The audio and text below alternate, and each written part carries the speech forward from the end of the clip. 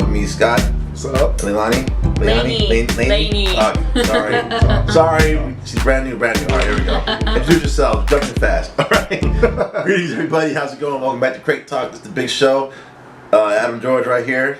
Scott F. Evans. And I'm Lainnie Felon. And welcome to our little thing here. So, we're gonna kick the big show off. This will be the first episode of our new format. What's going to happen is once a week we're going to drop the big show. We're going to talk about news articles. We're going to talk about television shows. We're going to show some reviews of movies that are just now out. We're going to talk about some movies that are out. We're going to do some cutaways. We're going to have interviews. We're going to have red carpet stuff. We're going to have behind the scenes things. We're going to have the conventions. We're going to have all that kind of stuff kind of packaged into a nice tight little 45-minute show. So feel free. Skip ahead if you want, come back, bounce around. We'll have some place markers in there so you know kind of where we're at. But yeah, this is the big show. Great talk. So today we're going to talk about news articles. We're going to go into Warner Brothers. Do you want to introduce this Warner Brothers situation? We'll talk about. So apparently there's a shakeup at Warner Brothers that we all kind of saw coming. I think. Yeah, I think so. Geoff Johns is in as I guess the guiding force for the new films, which means Snyder's being benched, maybe. I guess after this Justice League film, and also I guess it's gonna be Geoff Johns, Ben Affleck, and one other guy whose name escapes me. Yeah. Will be the new guiding forces for this DC. But I think they're like trying to position Geoff Johns as like they finally realized they need a Kevin Feige kind of guy. Exactly. And they're positioning Geoff Johns a little late in the game. Yeah, a little late in my opinion as well. As I mean, honestly, the way that Geoff Johns has been kind of positioning himself and moving up the structure over there at DC is he's been primed to take this part ever since his Green Lantern books, ever since Brightest Day, Blackest Night, ever since his Green Lantern series, when he really started kind of infusing himself in the mainstream knowledge of what's going on in DC. He's been setting himself up to be the Kevin Feige of the DC films. I just don't understand why it took this long for them to kind of realize that they had what's the right word, like a wunderkind?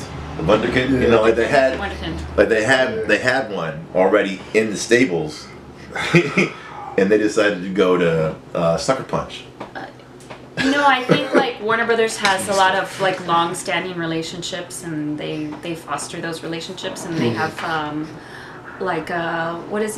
loyalty, and so that's probably maybe why he was in for so long. I know they have a lot of relationships that have lasted a very long time there. Right. I'm about to piss off the comic fans. I don't know if this is a good choice. No? No. Because I still think they need a strong film person. Someone that's strong in the intricacies of making a movie and not a comic book. I think Geoff Johns is good for keeping those adaptations closer to the source material, but as far as making a movie, Feige knows how to make movies. Right, but I think the problem is, guy. I think the problem that DC has already had people who their job was to make movies, and what they're showing us, all right, that's true. We've seen Man of Steel and we've seen BVS. Right. That's all we've seen so far. We're not talking about the Nolan stuff. No, that doesn't count. Yeah, it doesn't totally count. Different. And we haven't seen Suicide Squad or Wonder Woman yet because they're not out. So all we're basing this off of is what we've seen so far with the Superman movies. But that's also DC Warner Brothers. They're also chasing that hot property. Zack Snyder was hot, so they wanted him. That doesn't make it right, though. That doesn't make it right. They gave Christopher Nolan the keys to the kingdom originally, and he didn't want to do it. And they're also giving these producer gigs to people who aren't really producers. These are filmmakers. Zack Snyder's a filmmaker. Christopher Nolan's a filmmaker. They make movies. They're not suits. Feige's a suit. You know what I'm saying? He's not a director. And he doesn't write comic books anymore. Right, but I think the thing though, and I mean, let me just get this out, and you guys can dive on in it. Okay. Is that the thing is that Marvel, the MCU Marvel, not the Fox Marvel. The MCU Marvel. Why the MCU Marvel is crushing so hard right now is because they are like they're doing justice to who these characters are and where they're from. You know what I mean? The reason why Deadpool destroyed the entire Fox slate is because they paid respect to who Deadpool is and where he comes from and who the character is. You know what I'm saying? And that's what DC isn't doing. I don't think it's not only does it kind of violate the characters, I guess, core thing what makes the characters work, it also doesn't work. Even if we didn't, I feel like you and I have said before, argued about before, the only reason Batman vs Superman has made the money it did is because it's Batman vs Superman. If we had never heard of these characters before, I don't think it would have made the money it would have made. Well, and then again, like Batman vs Superman, like it had the fastest decline of like ticket sales ever of all of those like movie. action superhero movies, and like again, with. So like with the DC movies that are coming from Warner, it's very old school legacy type of films that we're getting, and they feel a little self-important, like, oh, look what we've built, and then and pretentious a little bit, you know, and it's like I want to see like new things and new characters and new takes on characters, and I don't think that they have grasped that. They're really throwing back to like Supermans of yesteryear and their whole legacy as a studio, and you know, this is a fantasy world. Yes, they're comics, but it's a time to be creative and be innovative and like really, you know, give opportunities for the fans to go crazy, and like so I think that may be a cause of I think that's a good point. I think that's a good point you make, and I'm gonna throw out. So now that I've said like yay, I'm gonna tell you the problem with it. Okay. Here's the problem with it. The problem is that we've already started. You know what I'm saying? It's like the ball's already rolling. Yeah. You know what I mean? The boat is going down the hill already. Right. So it's like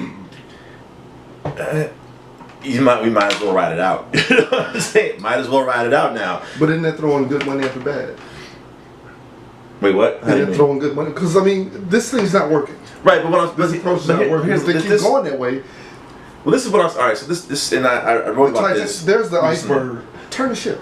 I understand. See, but here's the problem. Here's the problem, and I think we this has come up before for another kind of topic, but it's like this is very similar. This is very similar to the how does Deadpool cross over with Bryan Singer's X-Men when they're in two different worlds? You know, it's very similar to that argument where the problem is Zack Snyder's established Superman and Batman and Wonder Woman and Aquaman and the Flash and Cyborg, and he's established the tone, and he's established the feel, and he's established the world. You know what I'm saying? So it's like that's what we got.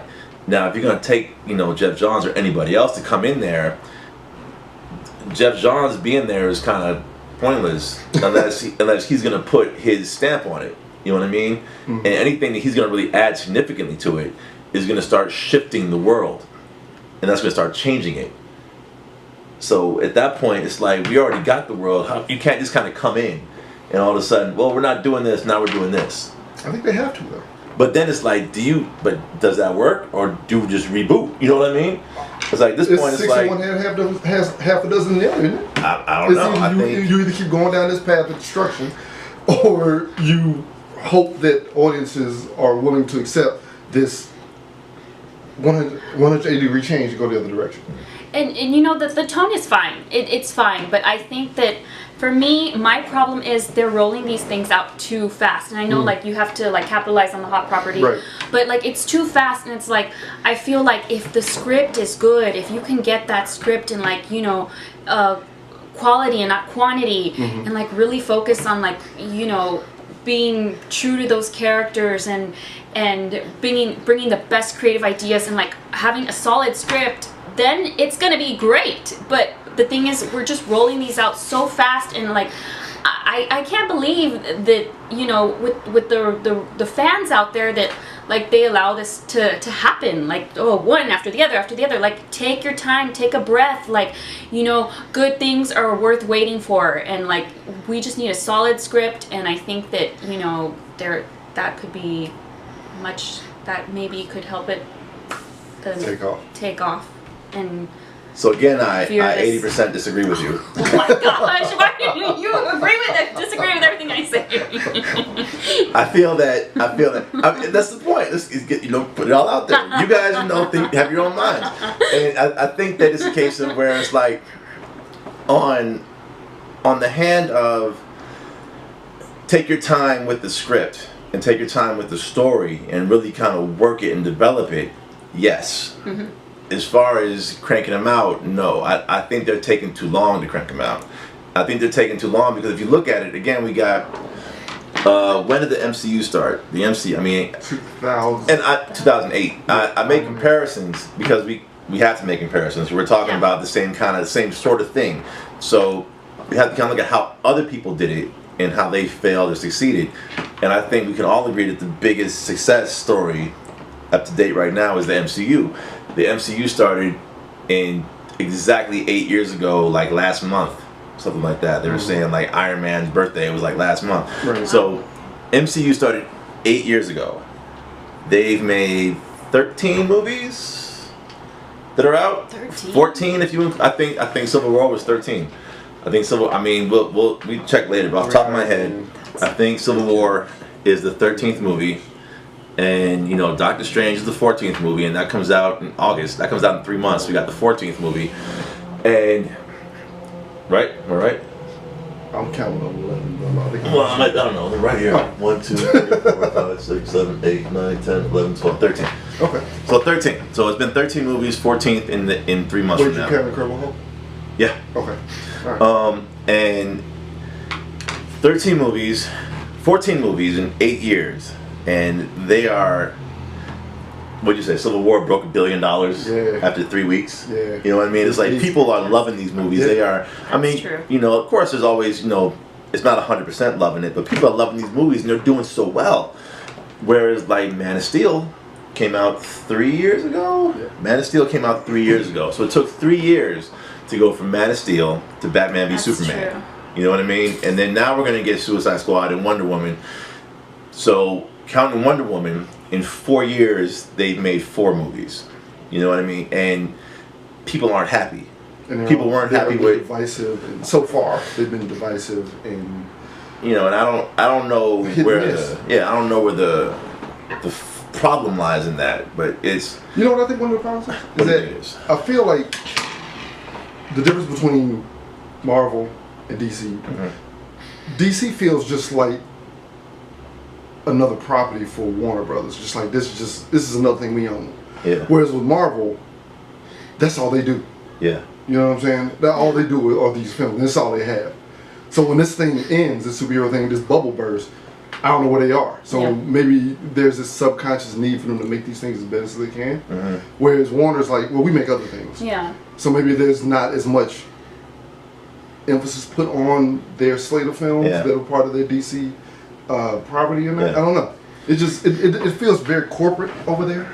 Even though I know Marvel is owned by Disney, but Disney seems to be really hands off as far as how they produce their film. It's funny you say that because when I think of DC, I think of Warner Brothers, but when I think of Marvel, like I don't think of any other like studio associated with. Like, but they're definitely like Disney. They're owned by Disney, but they don't feel like Disney movies. No, they're more. It's more like Disney came in is like, okay, you're under our umbrella, just like Lucas is under our umbrella. Mm-hmm. Pixar is under our umbrella, so we'll give our stamp to it. But it's like, go do your thing. Yeah. Go do your thing. You know, we're working on like, you know, Miracle Part 2. You know, while we're doing that, you know, because The Force Awakens didn't feel like a Disney movie. It felt like a Star Wars film. And Rogue One looks crazy. You know, so well, it's like I think Disney showed us that. Exactly. Disney started showing us that with the pirate movies. I remember sitting in the second one. I don't know, whichever one it was. They were hanging people. Singing the song in the beginning, and I was sitting there, and they hang a kid in there. I'm sitting in the theater. I'm sitting there, and like the Morose song is playing, and I love that song. and then they're walking to the gallows, and the kid is finishing, and the hangman is like boom, and then like boom, and like boom, and I was like, holy shit, they killed a kid. Oh I was like, first scene in the movie. I was like, Disney is killing kids now. Set the tone. And then like the other pirate movie, it starts with Captain Jack is like in the coffin, and like the crow is like picking the eyeball out of a dead body. And I'm like, this is Disney. Wow. This is awesome. And so Disney has kind of just become like, look, you know who we are. We make these, but we're giving our approval to these that we believe in, and we believe in them. It's like, because they're acquiring these things. Right. It's like, we believe in what Lucasfilm is about. Right. We believe in what Marvel is about. We believe in what these companies are about. So we're going to help them out, but let them still be what they were. Without Disneyfying them. Yeah, without Disneyfying them. So, All right. so yeah, Geoff Johns is coming in. I'm curious. I'm kind of excited. Yeah. And I do curious. want to say I am optimistic. I'm optimistic. Because I want to see DC. Any change is good Right. change. Well, Okay. Any change has the possibility to be good change. there Yes. you go. There you go. Much better. Nice Yeah. compromise. And you know what? Honestly, like I'm just kind of curious to see what happens. It's like that's kind of what DC has become for me. It's like Curiosity. Like with the MCU, I'm excited because I just know it's gonna be really good. Yeah. I don't know it's gonna be amazing, but I know it's gonna be really good. And then Popcorn movies. yeah, and then with the Fox and the MC Fox, I just know that I'm not expecting anything. So if Apocalypse is good, then I'll be excited. But I'm not expecting it to be good. And then with DC, I'm just kind of like, Here's all right, hoping. let's see what happens. Right. Let's see what happens. Okay. I don't know. Any final thoughts on that before we move on? Anybody? I'm good. I'm good. All right then, moving along. Stop. Yeah. Oh, I am excited for Suicide Squad. I'm excited for The Suicide artwork Squad. is amazing. I am excited for Suicide Squad. I think that's going to be an amazing movie. All right, so we're going to talk about trailer came out on the 16th, right? Yep. The new incarnation of the Fox show 24 Legacy. One of my favorite shows from the past few years, 24. I was a big fan of that show. That said, I'm looking forward to this. I really am. I'm looking forward to this. I love Jimmy Smith. Yeah, I'm a fan of Jimmy Smith. I like the brother that's playing. I like that it's a brother that's a lead. You say that straight up. Yeah. He plays a little young. He feels looks a little young. fresh. Like I don't know how he's gonna be able to handle the grit that I'm used to, that I'm accustomed to with that show with Kiefer But Sutherland. you know what though, honestly, it's Yeah. like if you watch the first season, like Kiefer didn't look weathered. Yeah, that's true. Yeah, You know what I mean? that came as the show. That guy, progressed. yeah, Right. yeah. I don't know. I like him. I like him. What is the brother's name? I can't remember his name. Corey? No. Corey Hawkins. He played recently played Dr. Dre. Dr. Dre, NWA. Oh, Yeah, then he kind of really fit. is young because all Yeah. those guys looked like if they were like 25, Right. 26. Yeah. But then it's like, Huh. you're talking about someone who was just serving in the military. That's true. Like Yeah. that's Okay. that's kind of that age. I guess because he's so clean shaven looking, he's still baby face looking out. Well, the Black good don't thing- crack. But because I'm old, so You yeah. know. The good thing about being that young is he can do lots of really cool stunts. Yeah. Can show us Still his physical. military expertise. Yeah. So Yeah. that would be cool. And I'm excited. Well, he's been on Walking Dead recently. He wasn't Walking Dead, yeah. So I guess who's not coming back? Oh my God! Is that who Negan killed? Now we know who Negan killed, y'all. Yep, Now we there know. it is. Now we There know it who is. Negan killed. Oh, Right here on Crate Talk. right here. We broke it. Broke it right here. Oh, we know Negan killed him, so he can go be 24. That's hilarious. I didn't even think about that. See? Now we know. It's There a you good go. career choice. There it is. You can always tell when a character's gonna die when you see that actor's been cast in another project. Like, oh, guess who's not coming back next season? She's not coming back. So is it like an event series, like 13 episodes, or is it like a full I don't know. season? That's a good question. I guess we should know that. And is it like told the same way, like Yeah, I think it's gonna be like one real time, 24-hour period. Yeah. That's so cool. Yeah. Man, I think that's so cool, and it's nice like that. It's a younger guy, so younger people can get into it. And Yeah. Now the question is, 24 being such a thing for so long, will people accept it without Kiefer Sutherland? Like, people didn't Yes. really, Yeah. really, I but will.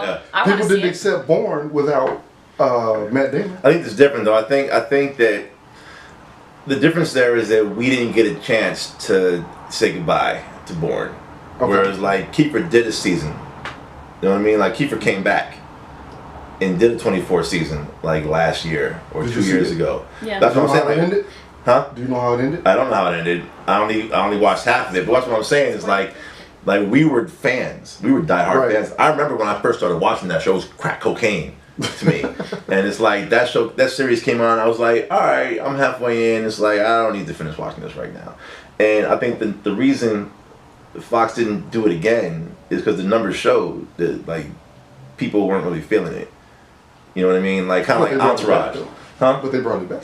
They brought Entourage back as a movie, and no one went to go see it. Right. You know what I mean? Right, right. Because I think that when the first run of 24, and by all means jump in if you know something to say is like I think that the first run of 24 when it ended, even then it was kind of like getting a little long in the tooth. yeah, Absolutely. yeah. You know what I mean? Absolutely. And then Yeah. it left and it was gone for a couple years, and people were like moved on from it, and they brought it back. Right. And it's like, I was kind of content and fine with that. I think that this is, because like my concern was that this was going to be about a guy, a young dude, and he's going to be working for a federal agency, doing the Jack Bauer shit. Right. And then the same thing, and I like the fact that he's not that. Right. I like the fact that this This is is not a CTU agent. you know, this is not like a reboot. This Right. is like he's not Jack Bauer. He's not the Black Jack Bauer. He is not a secret agent. He is a dude who, you know, was in the military, saw some shit, was involved with some stuff, and he Right. kind of came back.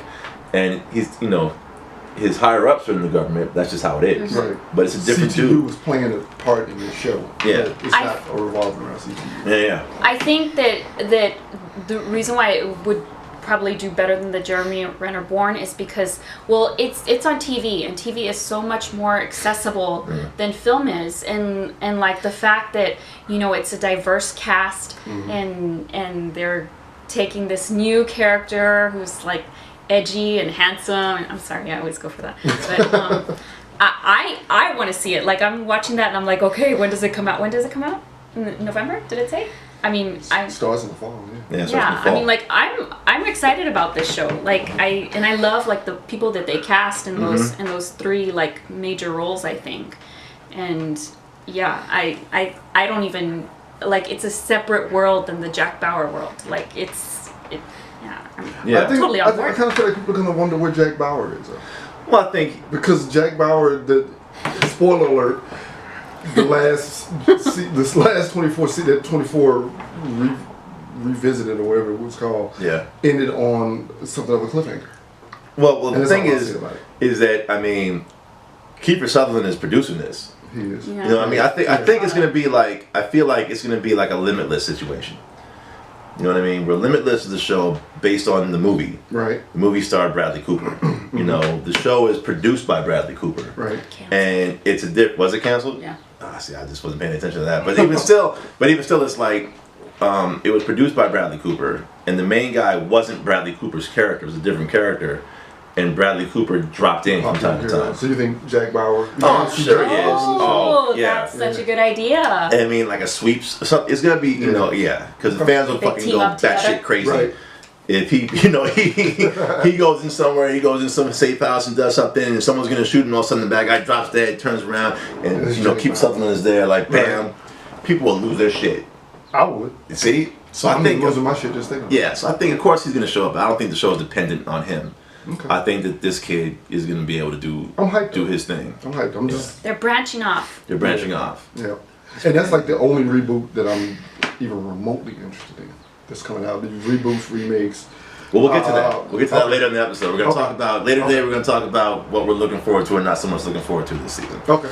I have thoughts. Yeah, I'm not a big fan of like sequels, but I think this works because it's like a totally different story. Yeah. With the same type of concept, the way it's told. Yeah, it's just like it's the Because gimmick that's just they're a bringing cool. back. That's yeah. a cool.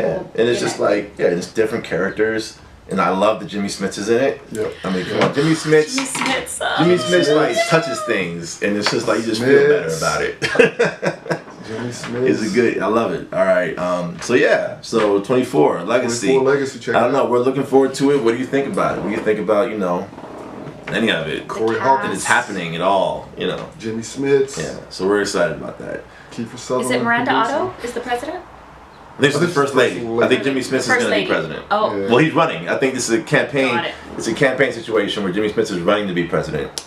And he has some experience because he was the president on West Wing. Yep. There you go. So he's very. I got to give the producers of 24 props. Even from the original show, that's always been a really diverse show. Mm-hmm. It was the first black president. Oh, when I see Dennis Haysbert, it's like he's President Palmer to me. Yeah, always. Anything And even he's as- in, he's yeah, even President as the show Palmer. progressed, it's always had very diverse cast members. Yeah, and Harry Lennox was in it. Yeah, It's a huge part. His original partner Yeah. was a Latin actor who they brought him back as a villain later. Oh yeah, Tony. Yeah, Oh, Tony was great. yeah, yeah. I met Nina. I'll tell you about that. I met Did Nina. I interviewed. Well, Nina's was on Bosch now. Okay. You familiar with All right. Bosch? The Amazon show. The Amazon show. Yeah, yeah. With the Titus Lost guy, Welliver. the guy from Lost. Yep. Yeah. The man in black. Yeah. So she's on that. She plays his wife, his ex-wife Okay, on that. cool. So I got to interview her for that. And she was bad. I met her. She was great. She's so funny. Nice. Oh my god, I love her. Nice. She's fantastic. All right. That's the end of that. So boom, moving right along. Yep. All right. So.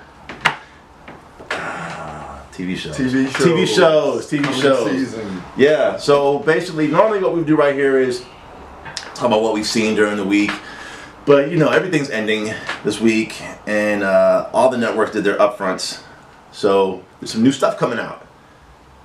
And with that being said, what are we looking forward to? What are we looking forward to? I'm looking forward to 24 Legacy. That's it. Anything else? Nope. Nothing else? Nope. Nothing else? So far, nope. No? Of everything I've seen, Training Day, God, was that a Lethal Weapon, The Exorcist? Mm-hmm. Nope. Not really excited about any of that. No. Maybe The Exorcist. Maybe. Maybe The Exorcist, but Training Day looks terrible. I haven't seen the trailer for that. Lethal Weapon looks like a parody of Lethal Weapon movies. It does. That came out like 15 years ago. Awful. Conjuring 2 should be good. Conjuring was Well, TV shows. TV shows. TV shows. TV shows. TV Oh, shows. they're making a We're on TV shows. Okay. What TV shows are you looking forward to? It's all good. For next season. Let's see. Wow, this is going to be really short. Well, I'm looking forward to Timeless, which is a science fiction yeah. show. By Eric Kripke. By Eric Kripke, who is the creator of Supernatural. And Revolution. And Revolution. I forgot about Revolution. Short-lived, but it was so good. And I love his brain. May or may not tell, I love Supernatural. I love Supernatural. Sam They're the best. So Eric Kripke's behind this time travel show. I'm excited because he really knows how to him and his team know how to tell relationships really well on television. Like the relationships on Supernatural, like Sam and Dean. Like, to me, that's like as a network show or on a CW type show. Like, they did such a good job showing a sibling relationship. Yeah. And the same thing for Revolution. So I'm excited for those relationships in that show, and then for Abigail Spencer, who is cast in the show. She's on Rectified. She is such an amazing actress, and I think like her, and then his creation of that story, that'll be so cool. So there we go. We got Timeline. We got 24, and that's pretty much it. Well, no, you know what? There's got to be more. There's got to be more. I'm looking forward to, and a lot of people I know are not happy about this, but I'm looking forward to Frequency. Frequency is going to be on the CW. It is a remake of Dennis Quaid, Jim Caviezel movie from the 90s, early 2000s, something like that, about this guy who's a cop, Jim Caviezel. He lost his dad when his dad was young. His dad was a fireman, and as an adult, he rediscovers this old tube radio, transistor radio, that his dad used to work on when he was a kid. And an aurora borealis activates in the sky, and he's able to kind of communicate with his father 25 years in the past. Via this radio. And because of that, he's able to kind of help his dad avoid some things, and he alters things in his present drastically. And it's really amazing. It's like Andre Braugher, Dennis Quaid, Jim Caviezel. So CW's doing a TV show. The Jim Caviezel character is a female lead.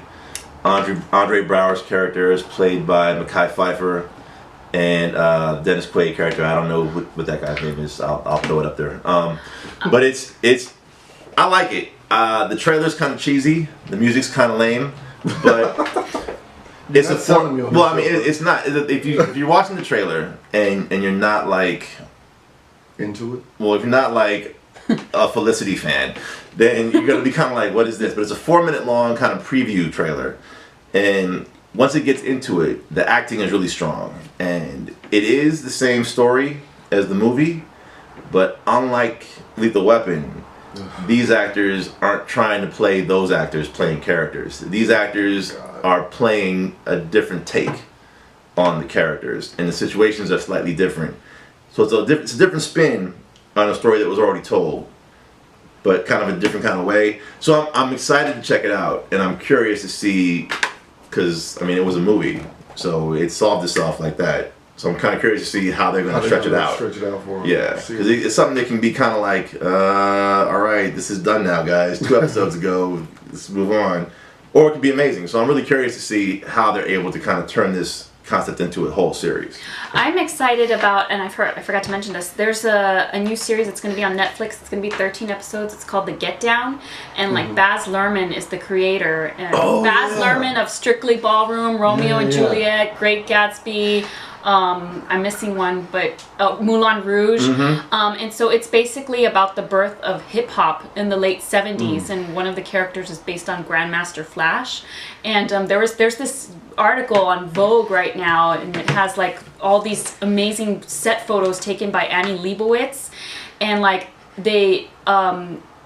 it's going to be shot, well, it's shooting right now, and it's going to be broken up into 2 parts, and it's basically chronicling these young kids in the Bronx and how hip hop is created and their influence on that. And like there's going to be a disco like club that emulates Studio 54, and there's going to be like amazing party scenes like in Great Gatsby and Moulin Rouge. So I can't wait, and I'm so glad that Baz Luhrmann is taking this on. Oh, I think he'd be perfect for that. Yeah. Yeah, I love what he does with those other films. Like Moulin Rouge is one of my favorite movies of all time. Oh, Guilty pleasure. I love Moulin Rouge. I love Strictly Ballroom. Oh, so good. Anything dancing with I bright don't know colors. if I've ever seen the Baz Luhrmann film. Really? I don't think I have. Romeo and Juliet Buddy. with Leonardo DiCaprio. Okay. Yeah, Okay. he's Okay. like, he just has this way with colors. He does. And he's just going to bring the vibrancy out in that show, and I'm just so excited that it's going to be like a diverse cast. Did he do Australia?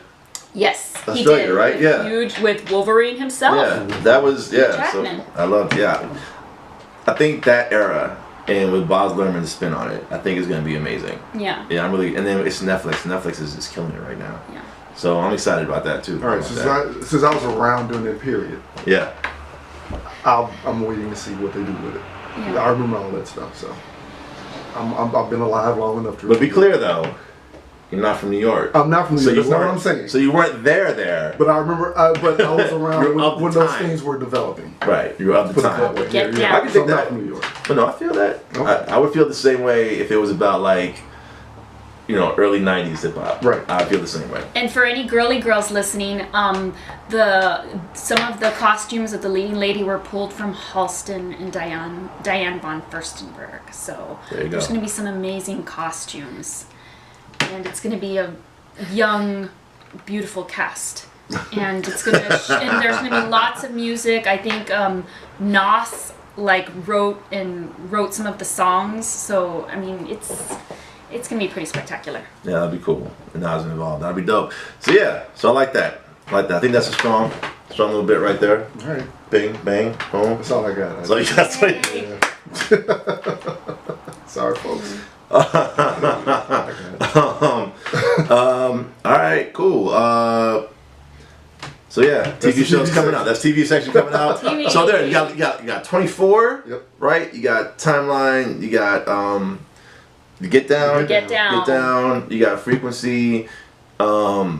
Is that it? That's all we talked about. Those 4 things. Something else? Yeah, because I hated everything else. So I pretty much shut that down. Sorry.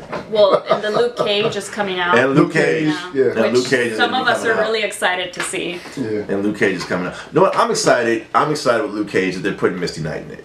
Yep. I'm excited that they're doing that. They're kind of doing the same thing with Luke Cage that they're doing with that Cooler's doing with Black Panther. Yep. Is that they really are kind of embracing, throwing in more diversity. You know, and Alfred making Woodard's in it. Alfred Woodard's in it. Ooh. Wait, is she? Yep. She plays the villain. Wait a minute. Wait, in Black Panther? No. I'm sorry. She's in Luke Cage. Oh, Wasn't she in Civil She War? was in Civil War. Wow. Playing a different character. Really? They're Yep. doing that. They're doing that. Okay. Yep. Only other Good. time I could point to that was that the dude in Agent Carter. I can't remember his name, but he was another agent who walked with a limp. He was in the Avengers as a cop. Right. Yeah. Yeah. Yeah. So this is kind of a similar thing. Okay. All right, that's cool. I dig it. All right. And by the way, can we just say, man, I don't know about these 2 people, but I was gonna, pour a little bit out for Agent Carter because I was a fan. It had potential. I heard there's a petition. Fans are trying to get Netflix to pick it up. Yeah. So I think that'd be awesome. Netflix show though? Well, it would be different. It would be change a lot it. different. It would be different than. I wouldn't mind seeing it as a Netflix show, but I feel like they kind of put a nice little button on Peggy Carter in Civil War. They did. But I You know mean, what it's I'm saying? like we knew that she was going to be dead anyway. Right. Because, She had a nice, long, fulfilling life. I don't know. I would like to see more of that. Maybe one more year. Agent Carter. Let's be clear. I like it. I like the character. I've always liked the character. I like the actress. I'm hit and miss on the show because it's got that ABC sheen on it. So Sousa. That was the guy's name. yeah, Sousa. Yeah. Sousa. Sousa. Okay. That was the guy. That was the Agent Carter. Oh, okay. The dude with the Got limp. Yep. So I don't know. I'd like to see at least one more season of Agent Carter. Okay. That'd be kind of cool. All right, so. That's it. So one of our we got one of our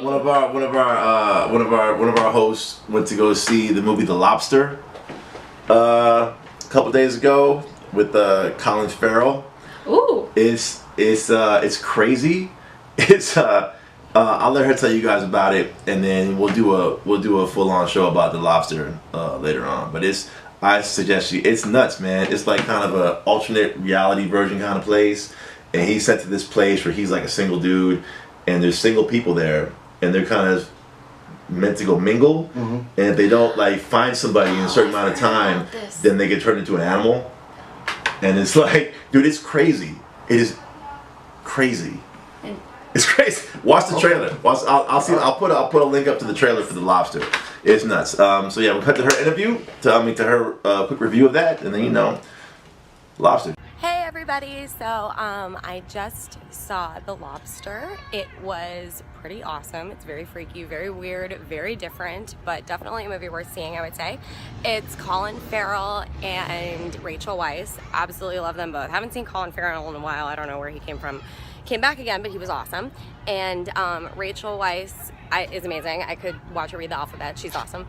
So the movie is super weird. It takes place in this like dystopian world where people basically, if they haven't gotten together with somebody or paired up or met their mate, then they have 45 days in this hotel to find a mate. Otherwise they get turned into an animal.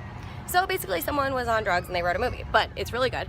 And so I would definitely recommend seeing it. The music was actually really, really awesome. The score is super weird and like mysterious, and it makes you just kind of like, oh my god, what's gonna happen next, which is sort of like the entire movie.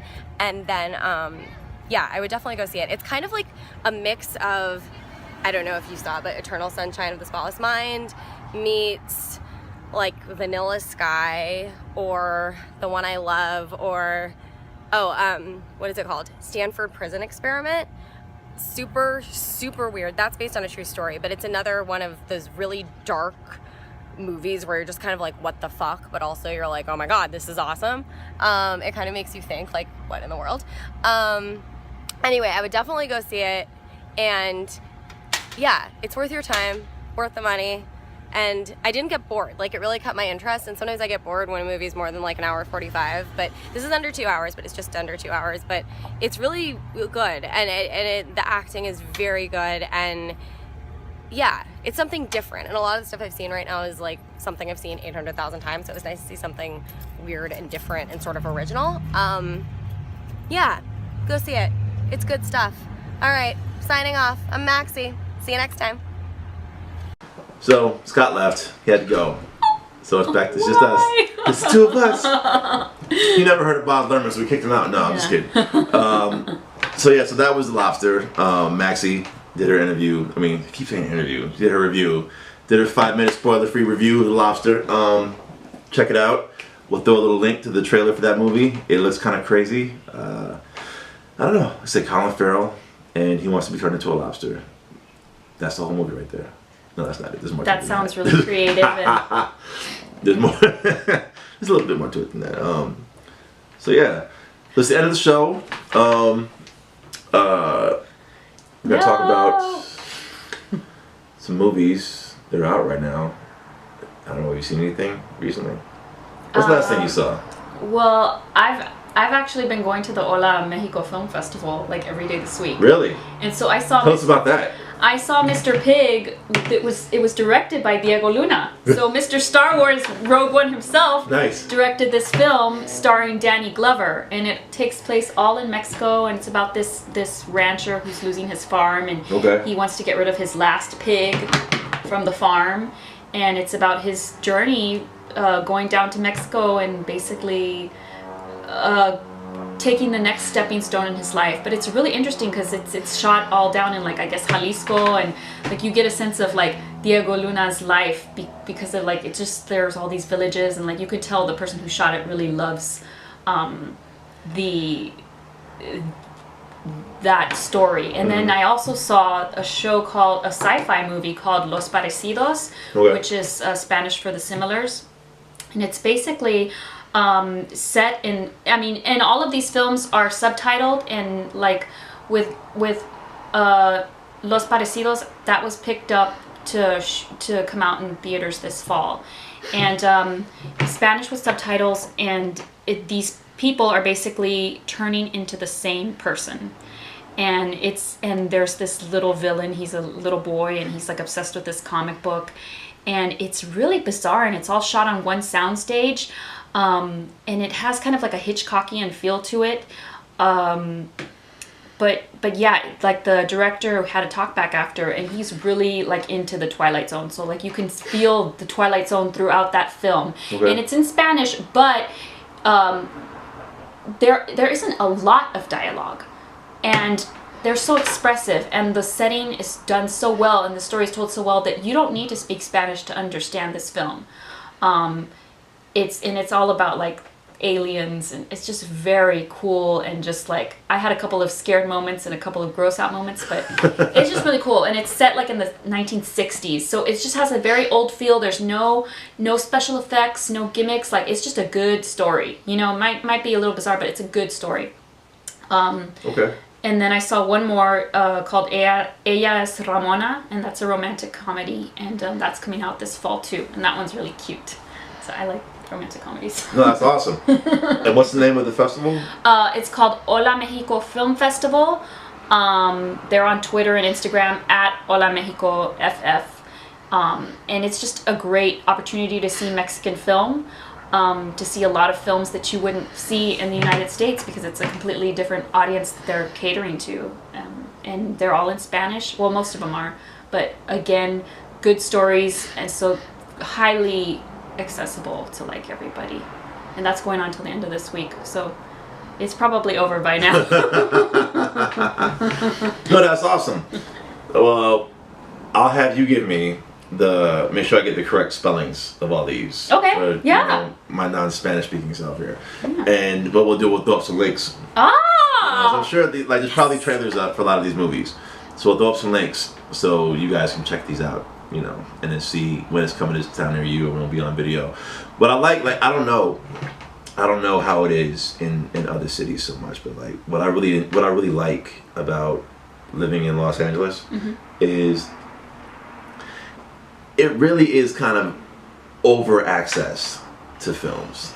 You know, I mean, like that's not a bad thing, but it's an over amount of access. You know, from being able to have festivals like that to constantly throughout the year, movie theaters are showing foreign language films, and they're showing old movies. You know, back in main theater circulation. Like I've seen Chinatown twice on the big screen, and it's like that's way before my time. But it's like I'm able to see movies that I've only ever seen on my television on the big screen out here. I'm able to go places like one of the AMC in Burbank, not the big AMC in Burbank, but like the AMC 8, the one that's inside the mall. I don't know if they're still doing it, but for the better part of the year, they've been showing Indian films. Oh, Bollywood. Ah, I love it. You know, they've been showing all these Bollywood movies, you know, and like I've never seen this. It's like my mother and I went to go see some movie. We tried to get a ticket to like Riddick, I think, when the last Riddick was out. And they said, "Oh yeah, sure, it's in theater 4." Okay. You go into theater 4, and it's not Riddick. It is. I forget the name of it right now, but it was the Bollywood version of Tom Cruise's Night and Day, and it was amazing. How long is it? I know the movies. Some of the films are really long. Oh, I don't even know. I mean, I think it was probably like standard Hollywood runtime, okay. but it's like it was so good. It's like I didn't even pay attention to the time. Like the two of us are sitting there. We're the only. Granted, we were the only non-Indian people in the audience, which is too bad. Cute. But it was like we were having a blast. It was so good, and the music was amazing. And like Bollywood movies break into song and dance different than Hollywood musicals do, and it was so organic, and it was such a spectacle. Yeah. But it was fascinating, and the story was really good. So I love that there's a lot of access to foreign films here that we can get to. There is a lot of access. Sometimes there's too much, so you don't know like where to go. Like, do you have a website that you go to, like where like all the films that are out? Because sometimes it's hard. Like I have to go through IMDb just to find like what's out. I just kind of like throw a stone. I'm driving by somewhere, like I don't know what that is. Like let's go and check it out. I like that. Like for me, like I don't really like standard Hollywood by the numbers movies. I like either the big out of control blockbuster movies because they're just fun and they're just spectacle and they're just there for enjoyment. Or I like kind of off the beaten path movies. You would like Los Parecidos then for sure. Yeah. Well, based on your description, I'm kind of curious about all those movies. Do you know the title for that Indian film that you're? I don't, but I'll look it up and I'll send it to you. Okay. And I'll put a link. I'd like to know. I'll put a link up. And apparently it had like, and the crazy thing is like, they did something that I've never seen. Right, the star of the Tom Cruise character in the movie, the star of the movie had a deformity. What? Like in real life? Yeah. He has 6 fingers on his hand. Wow. He has like 2 thumbs. He has like, his thumbs are like this. Yeah, his thumbs are like this. He has 2 thumbs on his hand. And I'm watching the movie, and I'm just like, did I just see, what?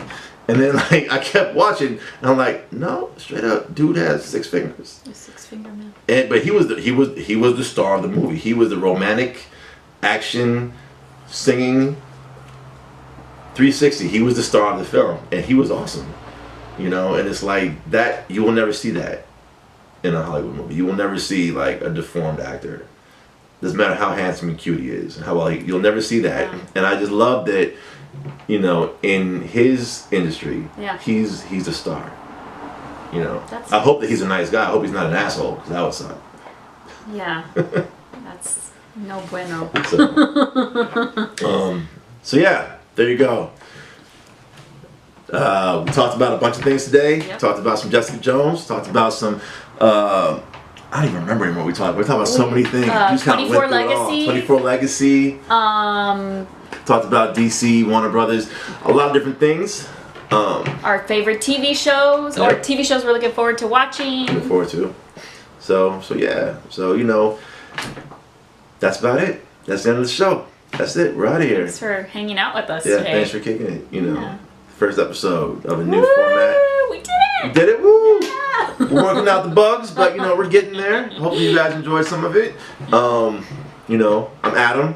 And I'm Lainnie. And this is Crate Talk. And be sure to hit subscribe. Like us if you liked us. Leave some comments below in the comment section. And see you guys next time. Thanks a lot. The music will play, and there'll be a song and dance. Da, da, da, da, da, da.